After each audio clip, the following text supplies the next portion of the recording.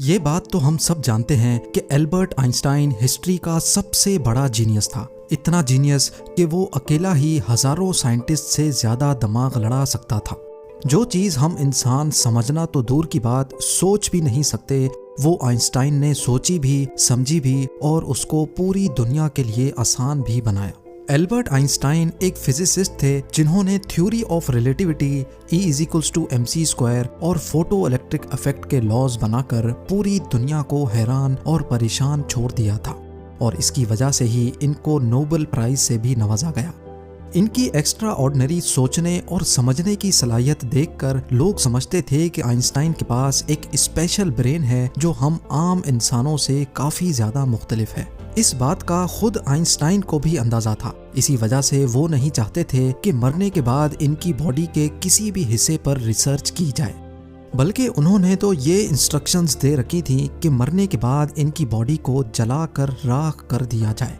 लेकिन फिर वही हुआ जिसका आइंस्टाइन को डर था। 18 अप्रैल 1955 को प्रिंसटन हॉस्पिटल में जब आइंस्टाइन का इंतकाल हुआ तो ऑटोप्सी के लिए यानी मौत की वजह जानने के लिए जो डॉक्टर आया उसने चुपके से आइंस्टाइन का ब्रेन निकाल लिया, क्योंकि उसको ये जानने की क्यूरियोसिटी थी कि दुनिया के सबसे बड़े जीनियस के ब्रेन में आखिर ऐसा है क्या। जेम टीवी की वीडियोस में एक बार फिर से खुशामदीद। नाजरीन, आइंस्टाइन का ब्रेन चुराने वाले डॉक्टर थॉमस हार्वी थे, जिनको अपने साथ होने वाले अंजाम से ज्यादा इस स्पेशल ब्रेन को स्टडी करने में दिलचस्पी थी। कुछ दिनों के बाद जब प्रिंसटन हॉस्पिटल को डॉक्टर हार्वी की इस हरकत का पता चला तो उनको अपनी जॉब से हाथ धोना पड़ा। लेकिन डॉक्टर हार्वी आइंस्टाइन के बेटे हंस अल्बर्ट से जैसे तैसे करके ये परमिशन लेने में कामयाब हो गए कि वो उसके बाप के स्पेशल ब्रेन के अंदर छुपे राजों से पर्दा उठाकर उसको दुनिया के सामने लाना चाहते हैं। इस दिन के बाद से शुरू हुआ इस ब्रेन का एक लंबा तरीन सफर। डॉक्टर हार्वी एक पैथोलॉजिस्ट थे जो सिर्फ पोस्टमार्टम करना जानते थे। ये उनका सिर्फ ख्याल था कि वो इतने बड़े जीनियस के ब्रेन पर रिसर्च कर पाएंगे।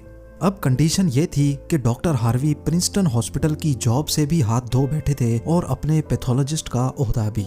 आइंस्टाइन का ब्रेन जो पहले ही डॉक्टर हार्वी प्रिजर्व कर चुके थे, वो इसको लेकर पेंसिल्वेनिया के शहर फिलाडेल्फिया ले गए, जहां उन्होंने ब्रेन की कई फोटोज ली और फिर उसको 240 छोटे छोटे पीसेज में काटकर हर पीस को अलग अलग जार में प्रिजर्व करके अपनी बेसमेंट में छुपा दिया।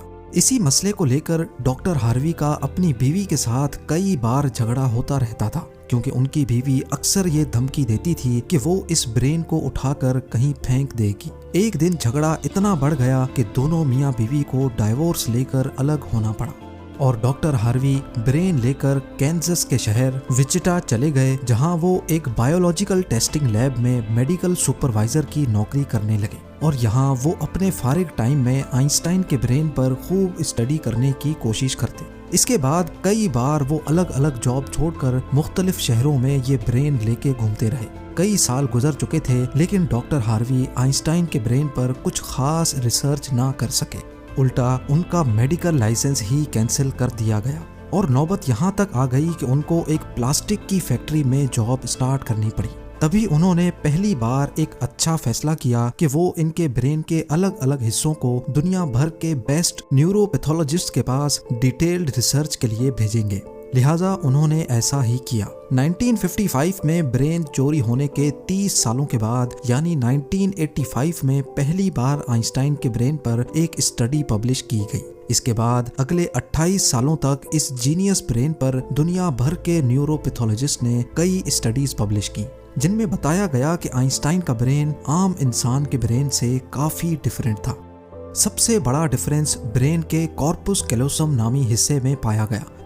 अब यहाँ ये जानना जरूरी है कि इंसानी ब्रेन दो अलग अलग हिस्सों में डिवाइडेड होता है। इंसान जो भी काम करता है वो ब्रेन के एक हिस्से में पहले प्रोसेस होता है और फिर ब्रेन हमारे जिस्म के उस हिस्से को सिग्नल देता है। लेफ्ट ब्रेन हमारे जिस्म के राइट हिस्सों को कंट्रोल करता है, जबकि राइट ब्रेन हमारे जिस्म के लेफ्ट हिस्से को कंट्रोल करता है। इसके अलावा 90% इंसानों का लेफ्ट ब्रेन बोलने, समझने, मैथमेटिकल कैलकुलेशंस और राइटिंग यानी लिखने के दौरान काम करता है, जबकि राइट ब्रेन के पास क्रिएटिविटी, शेप्स को पहचानने, आर्ट और म्यूजिकल स्किल्स की जिम्मेदारी होती है। अब आप भी ये सोच